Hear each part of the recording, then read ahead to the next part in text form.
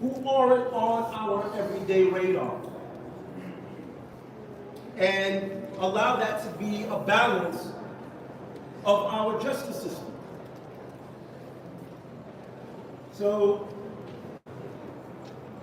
can we have that level of social recognition of each other? Or will it continue to be status quo? I believe in my 53 years in New York that we can do that.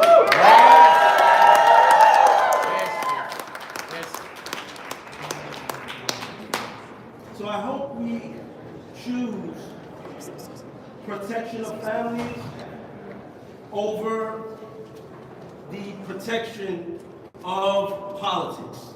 Thank you.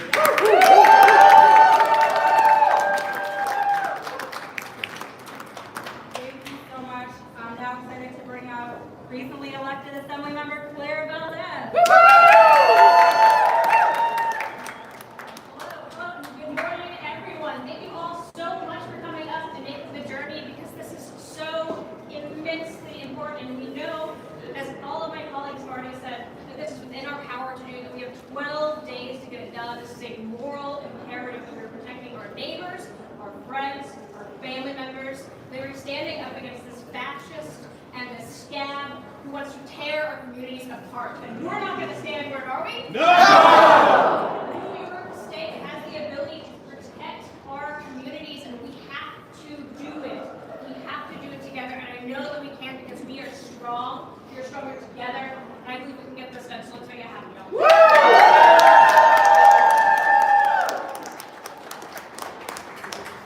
Next up, I'd like to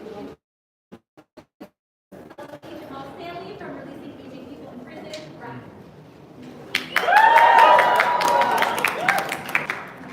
Good morning, everyone. Good morning. Morning. Can you hear me? Yes. I guess you say, why am I here? I'm not an immigrant. I was born in this country, and these bills doesn't affect me. So why am I here? Because I know what it means to be marginalized, dehumanized, and criminalized. I served 37 and a half years in prison, and only came home 20 months ago because I received clemency from Governor Hogan. So I'm here, I'm standing before you today as a representative of RAP to say that I understand what the Clemency Justice Act will do. Because when I left, my son was 3 years old, and 16 months. And when I came home, they was 38 years old and 40 years old. So what clemency would do, what this act would do in New York City, it would unite families, and in this instance, it would keep families together.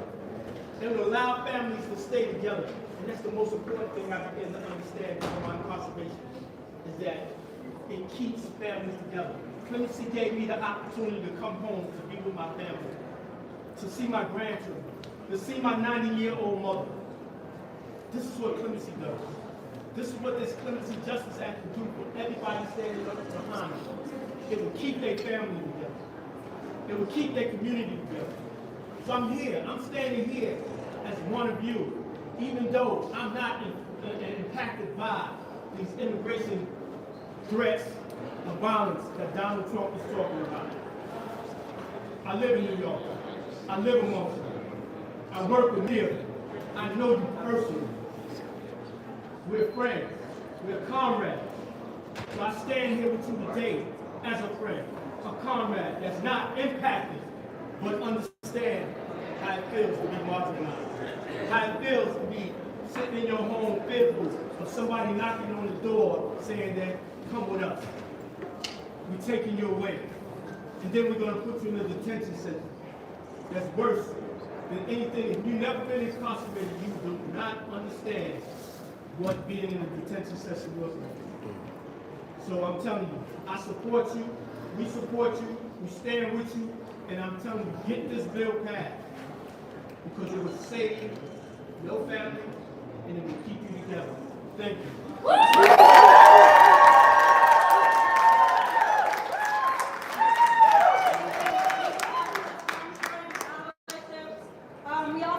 labor here today. I'm excited to introduce Sophia Elena Gourlay from UAW Local 2325, also a member of Critical Resistance, and also one of the fiercest immigration attorneys I know.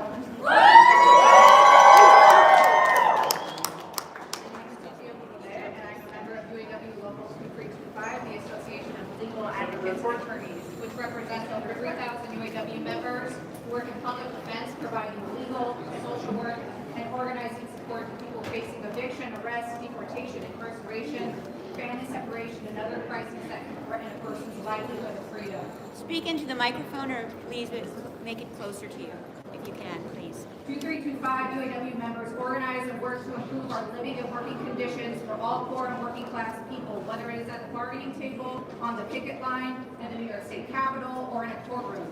We are not new to this, we are true to this solidarity.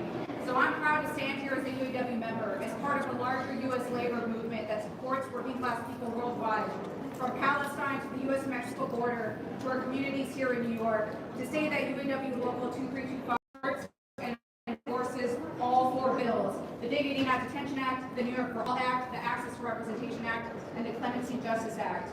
These four bills must be passed this session to protect, support, and free New Yorkers of an increasingly ruthless, heartless, xenophobic deportation political agenda whose primary goal is to terrorize working class families and exploit a subclass of workers who can never have the full rights and privileges of U.S. citizens and who have to live with the constant anxiety of ICE arrest or deportation.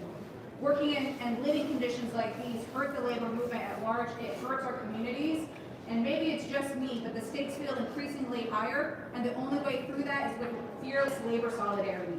Fearless labor solidarity, as in an injury to one is an injury to all. Free them all, ICE out of our communities now, and free them all again. Because really no human should be incarcerated, period, let alone incarcerated for facing deportation. And because the federal government decides to allege that you are not born in the United States. So thank you.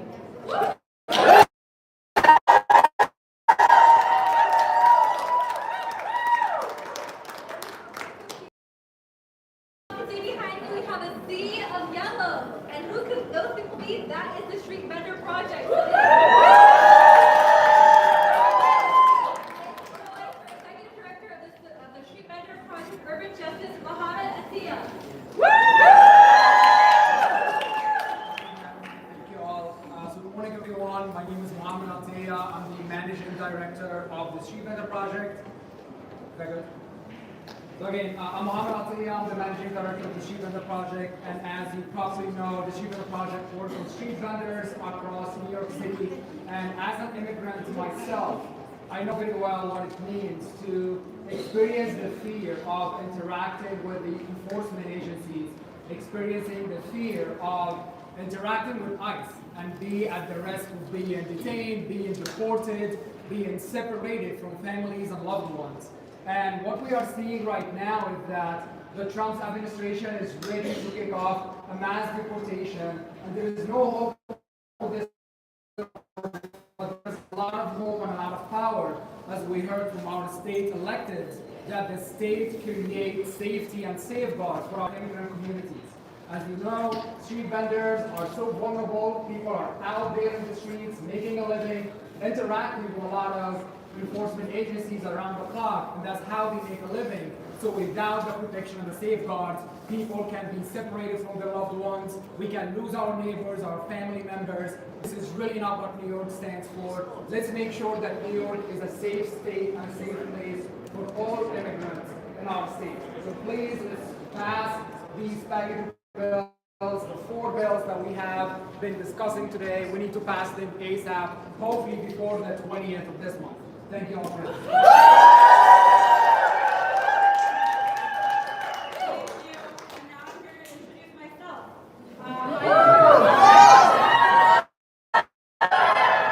My name is Rosie.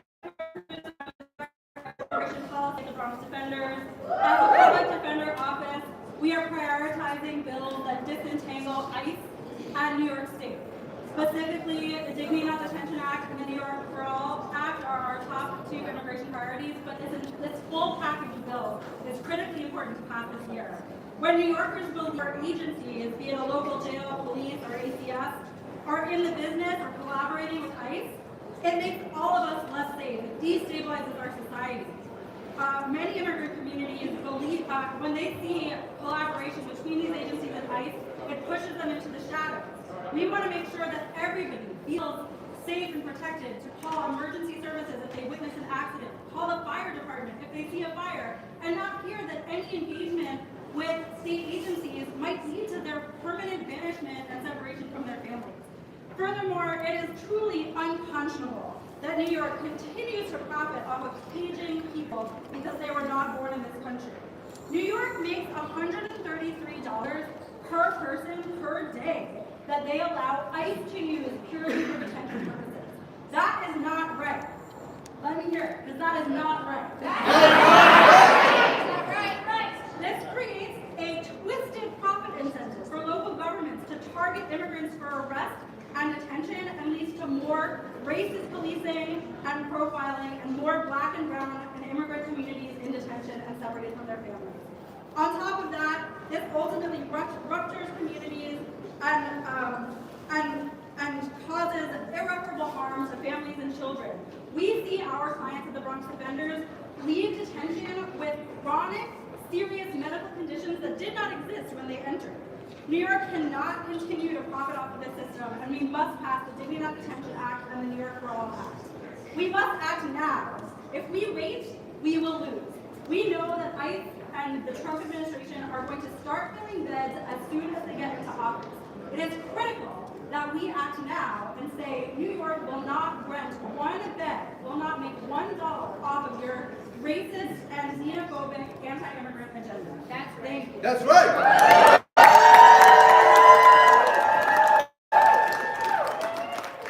And now, I would like to introduce Paula, the president of Adelanto Bronte Student Voices.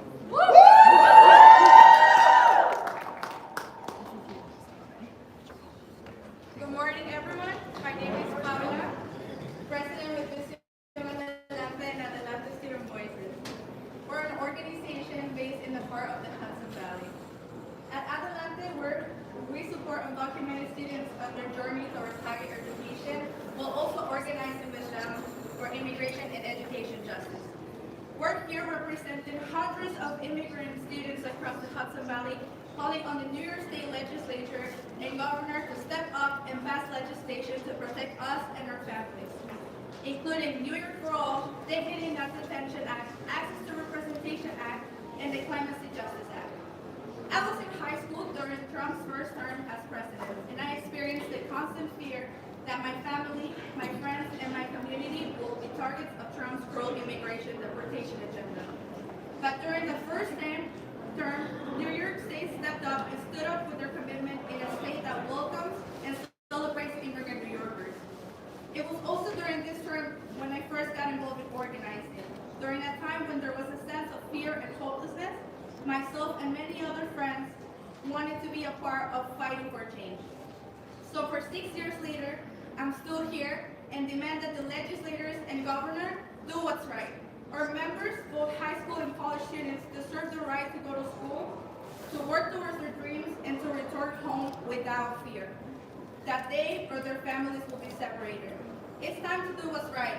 Governor Hochul and legislators, pass these protections now. Adelante por siempre, mi gente. Thank you. Gracias.